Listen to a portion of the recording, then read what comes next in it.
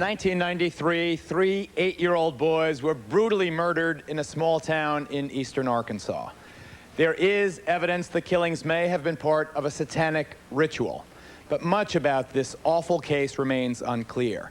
Today we'll try to solve the remaining puzzle with the cooperation of experts and family members from both the young victim's side and the side of the teenaged accused. Pam and Terry are the parents of Stevie Hobbs. Stevie, one of the 8-year-old boys, brutally murdered. Jackie is the victim's grandfather. I know it's difficult, Pam, but can you describe the wounds on Stevie's body? The left side of his face was cut and mutilated. He was tied hand and foot, and he had injuries to his head where his brain had scattered when they hit him. Essentially, he was beaten to death? Mm-hmm. Tell us your reaction, Terry, when you heard what had happened to your stepson. I don't know, I couldn't believe it. Went into shock. Maybe in shock now. You know, I still can't believe it. It's like a long nightmare that you keep waiting to wake up from. And we're here in the middle of it. Joining us via satellite from West Memphis, Arkansas, is the father of one of the three teenaged accused. Actually, his son has already been convicted of murdering the three 8-year-olds. This is Jesse Miskelly Sr. He's joined by some supporters you can see in the background. Before I talk to that side and this much more deeply about what happened, you should know that this story of the murders of the three young boys has taken many bizarre twists and turns. Indeed, new revelations are emerging every single day. Our team visited West Memphis, Arkansas to investigate. Here's the story of the three dead young men. Reminiscing over children's photos brings joy to most families. But in the house of Marie Hicks and her daughter Pam Hobbs, it is a painful and torturous event. Pam's 8-year-old son Stephen was sexually molested and brutally murdered, along with two other 8-year-old boys, Michael Moore and Christopher Byers. It happened in West Memphis, Arkansas on May 5th, 1993. Christopher had also been castrated. Charged in the brutal murders were three local teenagers: Jesse Miskelly Jr., 18, Damian Echols, 18, and Jason Baldwin, just 16. The parents of one of the murdered boys yelled at Damian on his way to a court appearance. Hey, faggot! What you look like, a faggot? Adding to the parents' horrors were reports that the killers had participated in devil worship. On February 4th, Jesse Miskelly Jr. was found guilty of the murders. He was sentenced to life in prison, plus 40 years. The trials of Damian Echols and Jason Baldwin are scheduled for late February. In June of last year, 1993, the Memphis Commercial Appeal reported that cult experts had warned West Memphis officials back in 1992 that satanic cult activities were present in the community. One of the three defendants told West Memphis police that local cult activities included eating dogs and participating in sex orgies. Acquaintances of Damian Echols told reporters that Echols customarily wore black, killed cats, and worshipped the devil. Stephanie Dollar, a West Memphis resident, said there has long been talk about cult activities in West Memphis. All the talk about it, the symbols that you see wrote everywhere. Which it could be just kids writing things, I don't know. But there's just too much talk about it for it not to be true. Jesse Miskelly Jr., like his two co-defendants, lived in a rundown trailer park in the West Memphis area. The teenager's room revealed nothing extraordinary. Most of the pictures and posters were fairly typical for an 18-year-old boy's room. Although a jury found his son guilty, Jesse Miskelly Sr. steadfastly professes his son's innocence. I've got 15, 20 people that saw him out here in this trailer park that day, up until 7:30. Then he went to Dallas, Arkansas to wrestle. There's no way he could have been up there to kill those boys. He was out here in this trailer park because they have witnesses to prove that he was here, but the police, they say he was not here. And they got up there and lied Jesse was not in that. Because it said eat the hind leg of a dog. Jesse won't eat fried chicken. What are you talking about? Jesse Sr.'s story is supported by 15-year-old Susie Brewer, Jesse Jr.'s girlfriend. I think they're stupid. I don't think he did it. I just tell him I still love him and we're all behind him. Damien's weird looking and Jason, he's just quiet. Police believe the murders occurred in a small grove known by the locals as Robin Hood Woods. It's a popular spot for teenage beer drinking and parties. Based on police and news reports, we have recreated the boys' final moments. Late afternoon on May 5th, 1993, the boys entered the woods. One was riding a girl's bike, the other a boy's bike. The third child had a skateboard. It is believed the boys spent some time roaming and playing in the woods. At some point, however, after 6 p.m., the three children and their assailants met. The following day, May 6th, the police spotted a young boy's sneaker and a Cub Scout hat floating in a small creek. The bodies of the three boys were found just yards away. Pam, can you tell us what happened that afternoon? What happened to your son? What was he usually doing at that time? After school, Michael had come over and asked could Stevie go to his house and play. Michael At Moore, first one of the three victims, yeah. Sir, yeah, to Michael Moore's house, the other little boy.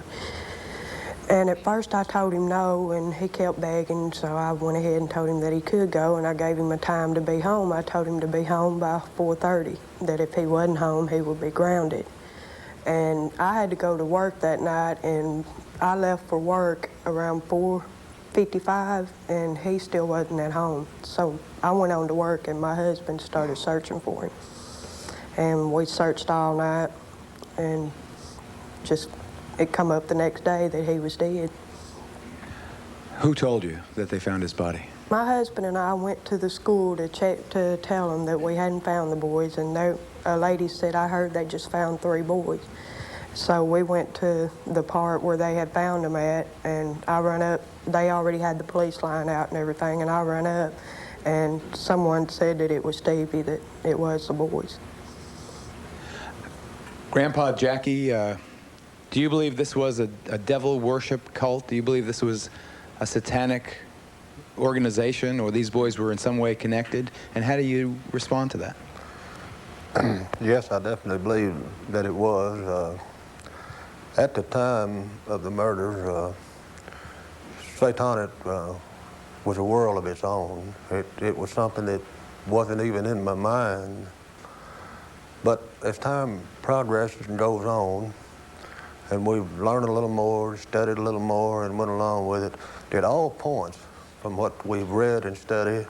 Yes, it was a satanic type murder. What's your reaction? I know you folks are nervous about being on TV. What's your reaction to what happened to your grandson? Well, him and a couple little boys were just beautiful little boys playing. Those little boys still believe in Santa Claus and the Easter bunnies. They were playing in the woods called Robin Hood Park, where all the neighborhood kids play at. And evidently they've run up on something. And those boys were cruelly beaten to death. They were beaten to death. I saw my grandson at the funeral home before he was taken out of a body bag, just like he came back from the corner. And it was pitiful. Tell us. Help us understand that. What did they do to him? What did they do to him? His jaw was completely tore loose from his face. His eye was busted in the socket. His chest and all was kicked and stomped. His face was kicked and stomped. It's just pitiful, pitiful. It's something that a decent human being wouldn't even do to a live dog, let alone a human being. Did a feeling of rage swell up in you? Well, naturally, you know, the feeling of rage swollen up. Yes, it's swollen out. Yeah, he did. Did you want to go out and find his murderers yourself? Naturally, you know that too. Yes, I did want to go out and find these murderers myself at the time. Do you believe that the right teenager was convicted? Yes, I do. Jesse Misskelley Sr., can you hear me? Yes, sir.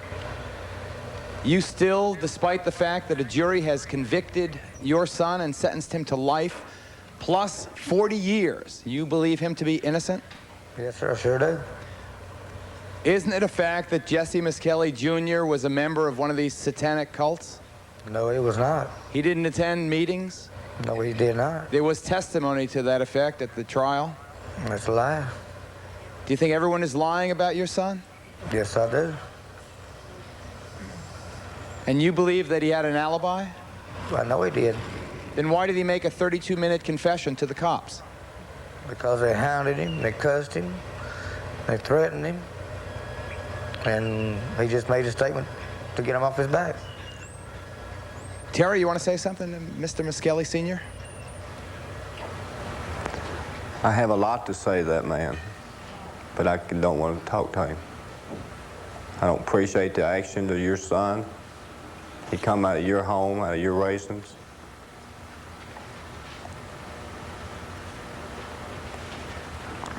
And no, I don't have. Well, my son did not do it. He said he did. But he's mistaken. He had they a made him chance say to that. tell the whole world he didn't do it, and he He didn't. tried. He didn't. We tried. He didn't. He had a chance. We tried, but they wouldn't let him.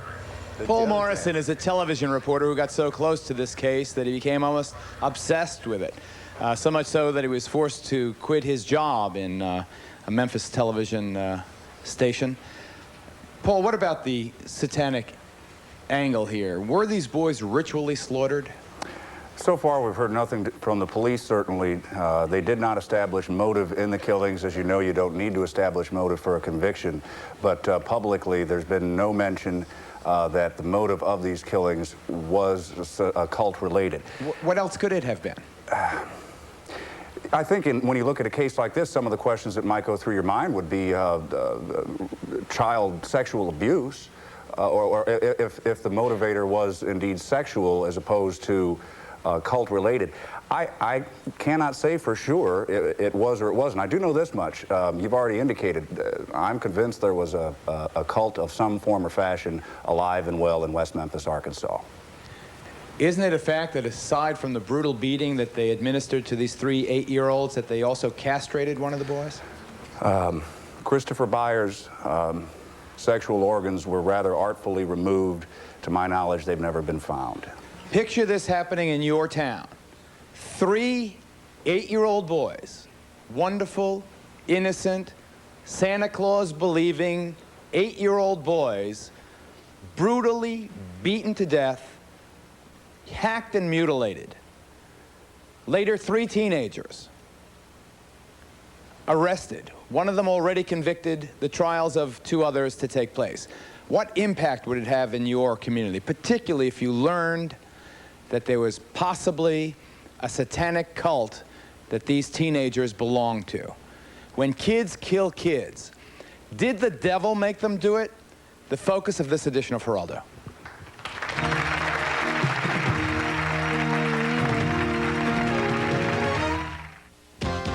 Kill kids, did the devil make them do it? I want to go back to West Memphis, Arkansas, back to Jesse Misskelley Sr., surrounded, as you can see, by other supporters and family members of the youngster, 17 years old at the time of the crime, now 18 years old, and sentenced to life plus 40 years.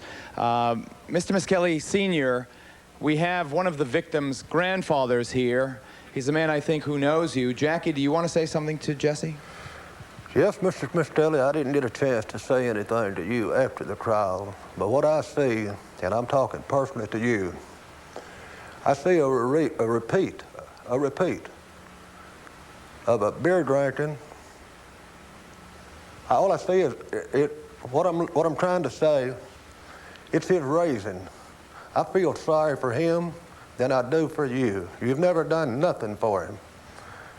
And that's all he ever knew, is what he was doing. And brother, that's your fault as much as it's his. Mr. Miskelly, do you want to respond? No, they can run me down all they want to. But I don't care what they say. Just leave me the hell alone. But Mr. Miskelly, isn't it possible, now that your son is convicted, can't you look at this thing a little more objectively? Convicted after a confession? Isn't it possible that he went astray someplace? No. Something went wrong with your son? No. He was coerced in making that station. He was kind of scared. He had the mind of a 7 or 8 year old, and he was scared, and he told them anything he could think of to get him off his back. And the woman, I believe, Paul, her name was Hutchison? Victoria Hutchison. Who testified, Jesse, that your son was at one of these cult meetings, at least one? She lied. Why would she lie? That I don't know. Paul, how convincing was her testimony? It was rather brief, but she indicated that she had attended what appeared from the testimony to have been a meeting, a satanic ritual called an SBAT, which in those terms is more or less a monthly or regular business meeting. Jesse, is your son going to testify against the other two boys, against, what's his name, Damien and Jason? That I don't know. Let me introduce our experts because I want to broaden this beyond West Memphis to talk more about this whole very controversial issue of satanic cults and devil worship. Whenever this is mentioned in polite society, people like to bury their head under the pillow and refuse to believe that it exists. And very often reporters like Paul Morrison get an awful lot of heat for staying with these stories. I know when we did our devil worship special how very controversial that was, but we still stand by that one as well as what you're hearing today. Okay, Dr. Herbert Nyberg, a man who specializes in adolescent Satanism, among many other things. He has been counseling victims and ex-cult members for years. Jack Roper is one of the nation's leading authors and experts on satanic cults. Our old friend Jack Levin, renowned, certainly well-known professor of criminology at Boston's Northeastern University, a man who says Satanism is used as a cop-out and an excuse by troubled, violent teenagers. And finally, a man who knows it from the streets, Marcos Quinones. He's an officer with the good old NYPD, New York City Police Department. He says that more satanic murders occur than we know about. These four experts, joined by our bereaved relatives on both sides, they are saddened. We'll continue this discussion of when kids kill kids. Did the devil make them do it? Right after this brief intermission.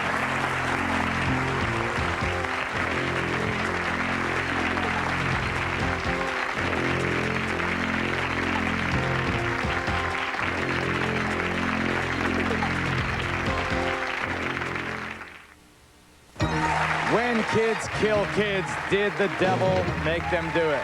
Our specific focus, this horrible triple homicide just west of Memphis on the Arkansas side of the river. Yes? With the occult, I know that there's a history of hallucinogenic use. And was there any such, I guess, tie with that in this murder? During Jesse's trial, he indicated, or the testimony indicated, that he had had some experience with drugs. I do not know the extent of it. It didn't, and the other two we do not know yet because basically the case file is sealed. Jesse Sr., was your son a drug user? No, not especially. He smoked a little marijuana every once in a while. Was he a big boozer? No, not a big boozer. He did drink whiskey, though. Do you have any more children? Yeah. Pam? How old is she? She just turned 5. Does she have any understanding of what happened to her brother? No, she doesn't understand it. She misses her brother, but she doesn't understand. She knows he's gone, and she says she knows he's in heaven, but to really understand it, no, she don't. Hi. I would like to know what type of person it is that gets involved with cults. I don't know. Dr. Nyberg, I want to save you for the bigger question of whether you think this is satanic related. I want to ask Jack Roper that question. Is there a typical kid who gets involved? I think you have to look at an overall view. It can be from all educational perspectives, from those that are real unintelligent, but those that are extremely intelligent, valedictorians. So we have to look at where they're coming from, their background of the family, how the family treats them, have they been abused. So there's a lot of factors you have to consider with each. One of the defendants stylized himself Damien after the character in The Omen. It's not his given name, but he calls himself Damien. Is that an indicator of anything to you? Well, Damien, there's also a well-known church, there's a satanic organization, and the leader of that, his AKA is also Damien. I won't bring up his name. What's the dagger you're holding? Well, when I point out that this kind of stuff is available, you can go to warehouses, there are occult warehouses in the country where you can buy this kind of stuff. See the skull on top with the rubies? Okay, what else? And also now there are cases, active cases and dismissed cases out there, but this is one case of an individual. I have his satanic diary, his Book of Shadows, and this individual was sent threatening letters to President Carter. The U.S. Secret Service was involved with this case. I also have another one where an individual who's in prison right now in Massachusetts, he sent me a letter to get some information on Satanism, but he was also, according to the Atlanta Journal-Constitution, said here that he was involved with a decapitation and killing and mutilation. Oh, yes. Brother. Let me go to Dr. Nyberg. Does what happened in West Memphis smack of Satanism to you? It's a crime that's associated with Satanism. This is not a typical satanic crime. Typical satanic murder, one would expect as part of a ritual. You would expect an altar. You would expect certain kinds of ritualistic functions to have been performed. You would expect vestments. You would expect lots of other signs. I think this is a very tragic case, one that's not terribly atypical or unusual. I think this is a murder that's perpetrated by some very disturbed young men. And I agree totally with Dr. Levin that these cases are where somebody takes up the identity and wants to be known as a Satanist to condone, to justify what they're doing, which really antecedes, goes way back before anything about Satan. These are disturbed kids who are murderers. This was a mens rea, a criminal mind using Satanism as an excuse. Jack? Yeah, I think that's a very good point. And you don't need Satanism as an excuse. There are plenty of others. You can blame pornography, you can blame drugs or alcohol, or maybe even a bad childhood. But Satanism is particularly easy in terms of a justification because it ritualizes. And you know, even something as hideous as rape and murder can seem wonderful when you envelop it in this mystery of the satanic ritual. I neglected to mention the boys were also, two of the boys were also raped. That's right. And I mean, you know, it's interesting that Satan himself is seen as a powerful figure.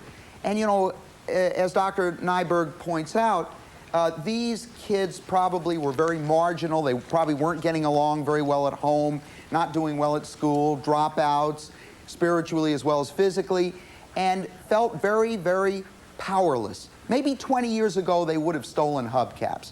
But today, in this age of decline of moral responsibility, you know, they'll do a lot worse than that. Where the hell do they get the idea, though, to do something this brutal? You can get the idea in a lot of places nowadays. You can get it in comic books. You can get it by watching television. You can get it from your friends. You can get it from attending a meeting of strangers. But I don't think it's the point that Satan per se is the problem. I think, let me point out, in Clifton, New Jersey, not long ago, 3 guys, teenagers, brutally strangled their buddy while they recited Hail Marys. And Jeffrey Lundgren killed 5 people in 1989. He thought he was a prophet. He kind of like had a direct line to God, he thought. This was a radical offshoot of the Mormon Church. It isn't Mormonism that we blame. And clearly, we don't blame the Catholic Church either. We shouldn't.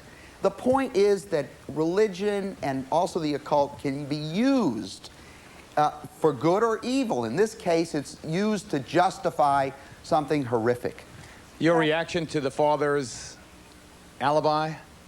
The father saying his Well, son? I'm going to take issue with everybody here. I have to, because there are a lot of victims of this brutal kind of multiple murder besides just the 3 8-year-old boys. Yeah, I'll tell you who else gets victimized. The family of the, as you can see, of Stevie and the other boys who were brutally murdered.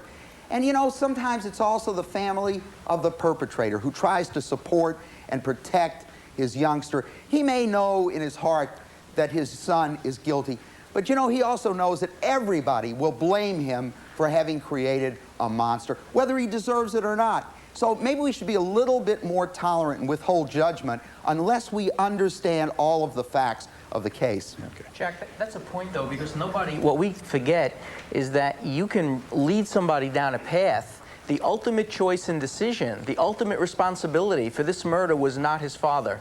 This boy chose to do that, regardless of what those other antecedent causes are. Let's blame the killers for the crime. Okay. We have a reporter standing by now in Arkansas who will give us the latest on what's going on in the case. Jim Taylor, you there? Yes, I am. Okay, let me take a break. We'll come to Jim Taylor from KAIT in just a minute. Stay tuned. An update on the triple homicide.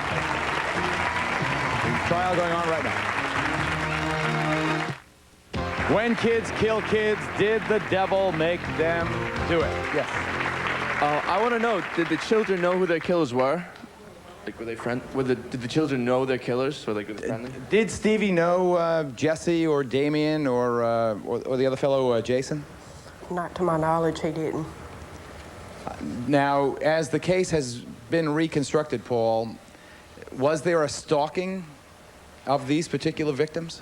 In testimony, the mother of one of the victims told the court that a month or two prior to the killings, that a man dressed in black had taken a picture of her son, and then during the trial, it was still rather a little bit unclear, but it was, prosecution indicated that there had been a photograph or photographs of the young boys and implied that there was some stalking going on. Are you there, Jim Taylor? Yes, I am. From KAIT? Yes, I am. Well, welcome. What's going on? Today, more jury selection. 5 people have been chosen so far, 1 man and 4 women, and they're looking for 12 people plus 2 alternates. So 14 people have to be chosen, 5 have been chosen, and more jury selection this afternoon and tomorrow, I'm sure. What's the buzz about Jesse Jr. testifying against his 2 co-defendants? Well, if you can just give me a moment of time, I can tell you that in Arkansas, the judge in this case appointed a separate attorney to meet with Jesse Jr. to explain what benefits Jesse could receive for his testimony.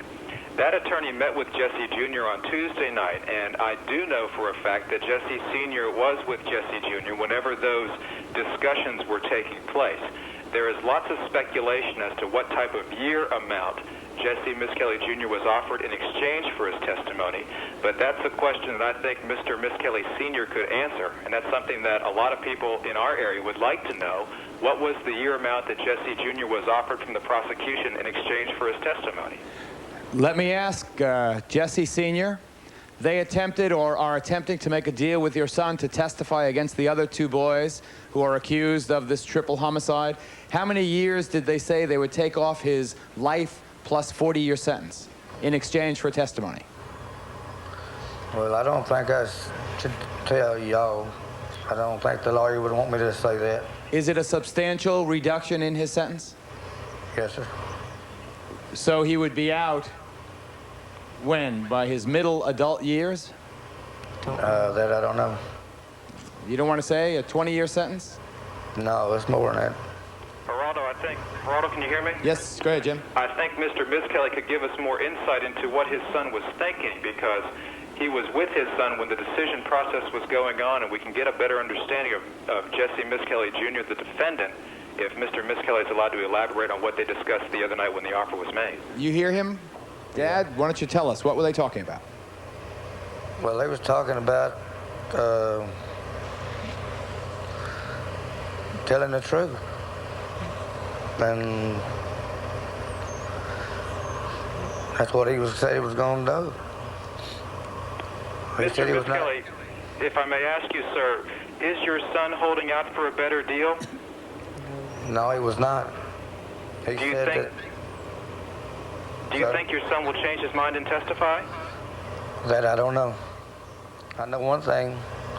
They asked him up there if he could walk out the door right now, would he get up and testify? And he said no. Why did he say no? He said because he didn't want to get up there and tell a lie and send somebody to prison or death if they weren't guilty.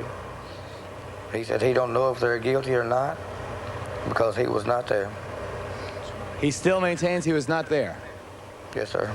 But he's willing to testify against the... I'm sorry, Grandpa Jackie? It was proven in the trial that he was there. I think By his own testimony. that they convicted Jesse Miskelly Jr. based on one thing. That was the confession. There was no physical evidence, none, linking him to the crime scene in any way, shape, or form. Well, what physical evidence existed? Very little. Number of hair fibers that we know of, that the investigators will tell us. A few hair fibers and some microscopic clothing fibers. Jackie, do you have any doubt in your mind that the right guy has been convicted? Yes, I think the right guy has been convicted. He had all of his testimony. He had any time to back out on what he was saying, and he didn't back out until it came up before trial. And now he wants to back out. His daddy wants to play him ignorant, and everybody else wants to play him ignorant, and it's not ignorant. A man that is not guilty will stand up. He'll stand up. He won't fall in for the police or nobody and confess guilty. He's not a man, though. He's a 7 or 8 year old kid. Is he retarded? Is that what Dad is saying here? He functions at an IQ level of 72, an overall IQ, so in a legal sense, he is not retarded. Jesse Miskelly, though, it was apparent, is a slow-thinking teenager. Who was the ringleader, allegedly? He can think fast enough to do and get out and do what he was doing down there at West Memphis, drinking his beer and carrying on with the other people. So, you know, it's just like Paul said, in the state of Arkansas, mental retardation starts at an IQ of 65. 72, we've all got some mental ability, you know. If you want to holler that, well, then I'm a little bit nuts, too. Me, too. We'll take a break. When kids kill kids, did the devil make them do it? Stay tuned.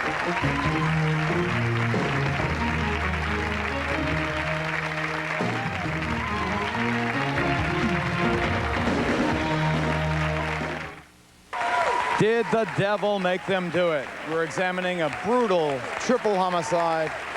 3 8-year-olds hacked to death down in West Memphis, Arkansas. Yes, sir.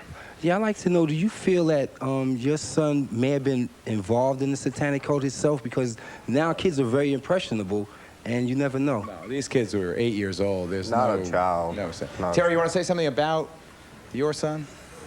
Well, we had a honor roll student, 3 years.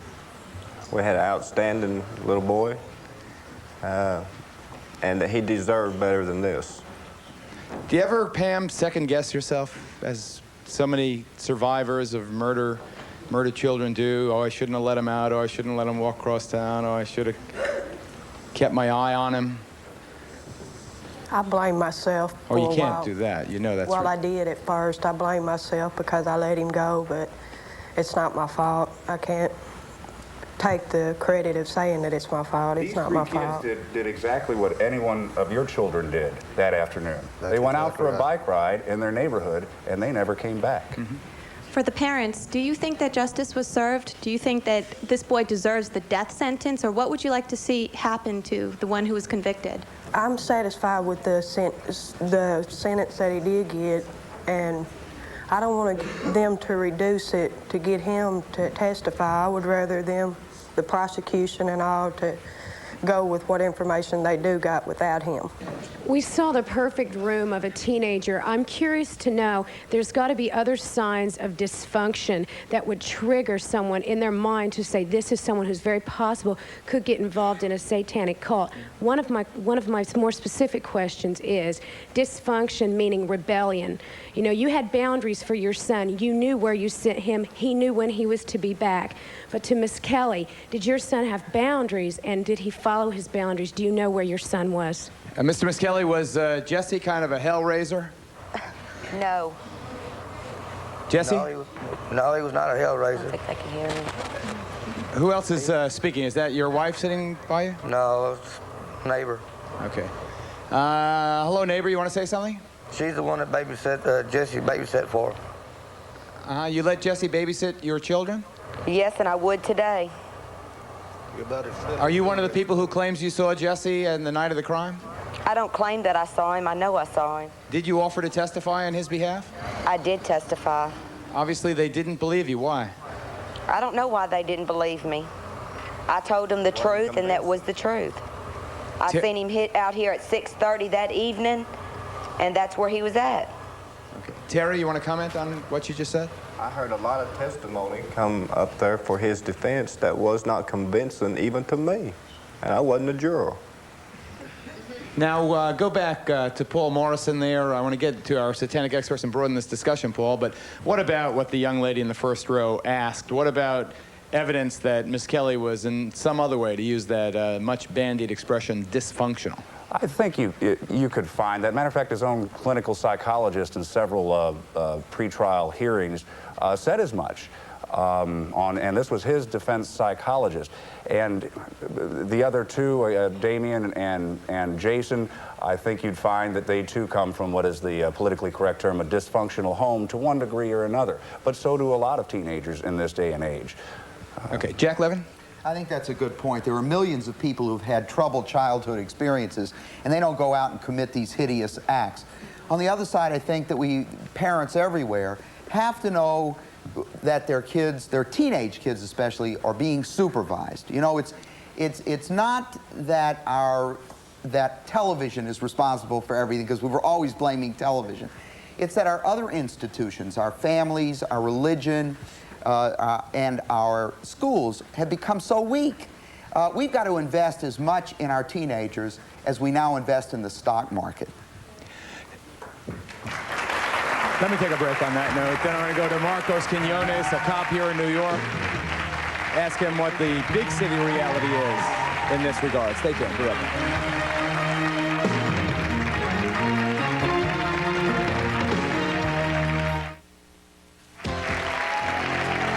Speak Up America, we want to hear your comments and show ideas. Give us a call at 1-900-SPEAK-UP.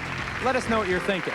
We'll record your message to play in a future broadcast. We may even call you to be a guest on a show. So call 1-900-SPEAK-UP.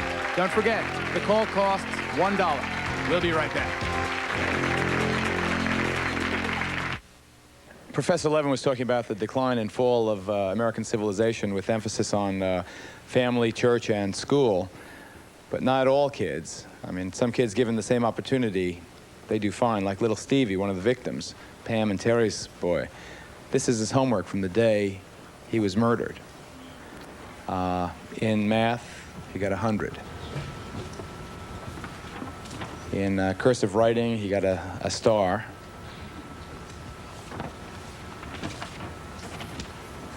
And in English, he got a very good. And now he's dead, brutally murdered by, well, one 17-year-old already convicted, two others allegedly also responsible. I want to go to NYPD's Marcos Quinones. Is any of this relevant to big city America? Is it relevant to New York? Yes, I think it is. I think that many children, depending on the lifestyle they have at home and the fellowship with their parents, if they don't have that family structure, will look into something else. I think because of the lack of power that they have, they will turn into Satanism or some other form of the occult. There's so many things out there that will introduce this kind of philosophy. The philosophy is out there. My condolence to the family over this situation. Unfortunately, not all kids will kill or commit suicide with the exposure of satanic material, but you get that one child out of 1,000, all of a sudden